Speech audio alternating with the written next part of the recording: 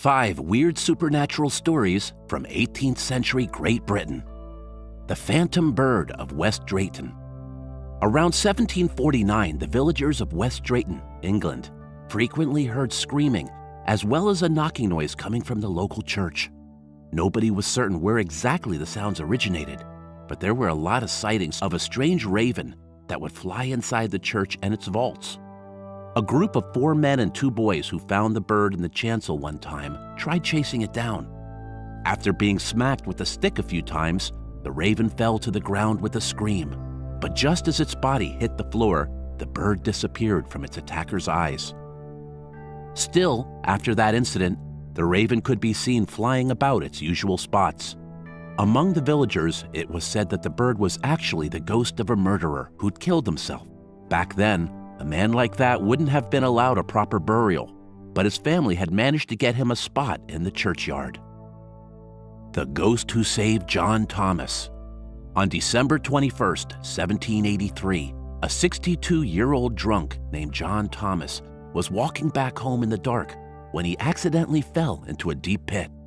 After realizing that Thomas was missing, his friends tried looking for him, but Thomas would be stuck in the hole for another week. One day, while a neighbor was looking for his sheep, he noticed a figure sitting on a bank of dirt near the pit.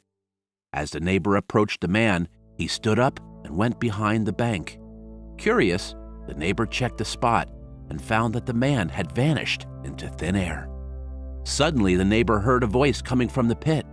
Thinking it was a moonshiner, though, the neighbor ignored it and pressed on.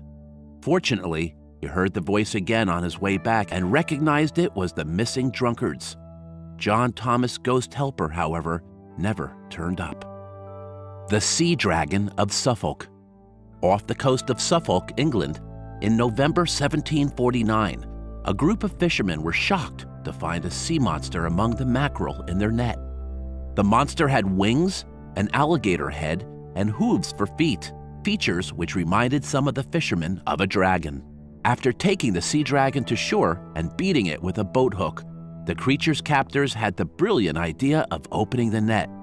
Unsurprisingly, the monster took off, flying 46 meters or 150 feet up into the air. The first man who tried to catch it had some of his fingers bitten off.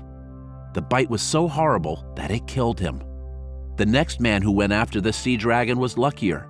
He ended up catching it, but only because the monster landed on his arm and squeezed it so tightly that it deformed his hand and fingers. While a man might have died in the attempt, the sea dragon was a good catch, and the surviving fishermen showed its carcass across the country. Miss Pringle's Doppelganger.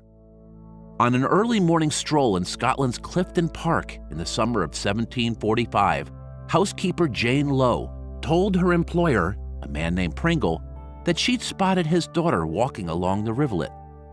This was impossible, though. Miss Pringle was nearly 1,000 miles away, living in France. Lowe was positive it wasn't a different woman, however, and wanted to show Pringle. While coming up to the spot, Pringle really did see his daughter, who then jumped into the rivulet and vanished. Afterward, Pringle and his housekeeper reported it to the rest of the family, but everyone else laughed it off as a joke. 3 months later, Pringle was paid a visit by a son he hadn't seen in 10 years. His boy explained that he'd been a slave in Tunis, but one morning, he inexplicably saw his sister and was then ransomed. After going back to France, he discovered that his sister had actually been dead, having died at the exact same moment she was last seen in both Tunisia and Scotland. The Hinton Ampner House. For generations, the Hinton Ampner House was inhabited by the Stukely family. By the mid-18th century, the Stukelys had died out, and the house came into the hands of the Stawells. It was then rented to William Henry Ricketts, and although Ricketts had no knowledge of it during the time, the house had a reputation for being haunted. Once the Ricketts family moved in, they could hear their doors and windows violently shut at night.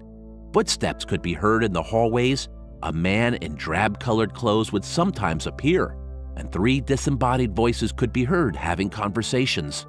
Everybody in the house experienced something strange, and 8 servants quit in 1769 alone. Lady Stawell, the owner of the house offered a reward to anyone who could solve the mystery. Nobody ever claimed the prize, and the Hinton-Ampner house was soon abandoned. In 1797, while tearing the building down, workers found a small skull in a box underneath the first floor. It was thought to be a monkey's skull, but rumors that Lady Stawell's late husband had a baby with her sister suggested a grislier theory. Leave us a comment down below and share your thoughts with us. Give this video a thumbs up if you found it informative, and don't forget to watch other videos from Interesting Facts. Thank you for watching.